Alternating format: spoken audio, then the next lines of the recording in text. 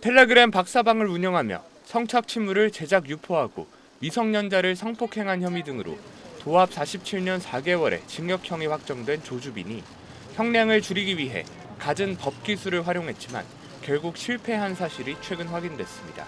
지난 2019년 청소년이던 피해자를 성적으로 착취하고 성폭행한 혐의 등으로 기소돼 지난해 2심에서 징역 5년을 선고받은 조주빈은 형량을 줄이는 방법을 고심했습니다. 그러나 형사소송법은 징역 10년 미만이 선고된 경우 형이 무겁다는 이유만으로는 대법원에 상고할 수 없도록 규정해 마땅한 방법이 없었습니다. 그러자 조주빈은 다른 방법을 생각해냈습니다. 자신이 박사방을 운영해 불법 성착취물을 제작 유포한 혐의로는 이미 형량 42년을 받았는데 검찰이 성폭행 혐의와 합쳐서 기소하지 않고 쪼개기 기소를 하면서 자신이 상고할 기회가 박탈됐다는 궤변을 구상해낸 겁니다. 조주빈은 자신이 평등권과 재판 청구권을 침해당했다며 대법원에 위헌 법률 심판 제청을 신청했지만 대법원은 이를 기각하고 지난해 12월 조주빈에게 징역 5년형을 추가로 확정했습니다. 그러자 조주빈은 이번엔 직접 헌법 소원을 냈는데 헌재는 이 역시 받아들이지 않았습니다.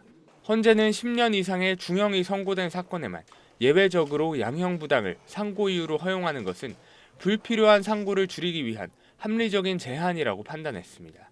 대법원은 이미 확정된 판결을 다시 심사하거나 바꿀 수 없다며 이미 판결이 확정된 사건의 형량까지 합산해 상고 허용 여부를 정한다면 대법원의 심리 부담만 늘어나게 된다고 했습니다. 재판부는 조주빈의 주장에 대해 현행법에 없는 새로운 상고 이유를 만들어달라는 것과 같다고 판단하며 지난달 23일 재판관 전원 일치 의견으로 합헌을 결정했습니다. SBS 김지욱입니다.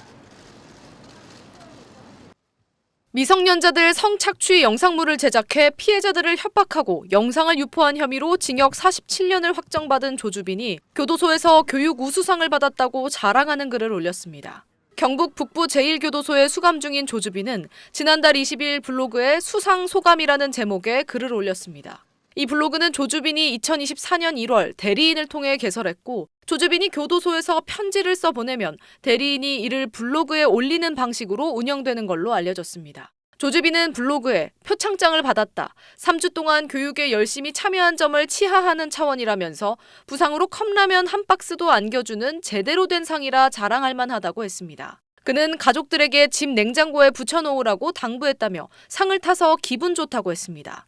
그러면서 상은 노력의 결실이라면서 운 나쁜 사람도 받을 수 있고 불우하고 불행한 사람에게 더 큰 힘이 돼준다며 자신에게도 표창장이 그런 의미라고 말했습니다.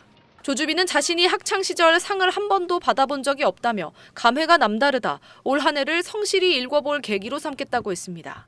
상장에는 조주빈이 2026년도 제1기 집중인성교육 기본교육을 우수하게 이수했다고 적혀 있습니다. 글 말미에는 같은 방 재소자들로부터 받은 롤링페이퍼도 첨부했는데 여기엔 항상 밝은 모습 좋았다, 징역살이 파이팅 등의 메시지가 담겼습니다. 조주빈은 2021년 10월 미성년자를 포함한 70여 명을 협박해 성착취 영상물을 만들고 텔레그램 내 이른바 박사방에 유포한 혐의 등으로 징역 42년 4개월을 확정받았습니다. 범행 대상에 미성년자가 다수 포함됐는데 가장 어린 피해자는 불과 11살 초등학생이었던 걸로 드러나 충격을 줬습니다. 박사방 범죄와 별개로 그는 2022년 9월 미성년자이던 피해자를 성폭행하고 성착취물을 제작한 혐의로도 추가 기소됐고 지난해 12월 징역 5년이 추가로 확정됐습니다. SBS 김민정입니다. 대법원 2부는 미성년자 성착취 영상물을 제작하고 판매한 혐의 등으로 기소된 박사방 운영자 조주빈에 대해 징역 42년형을 확정했습니다.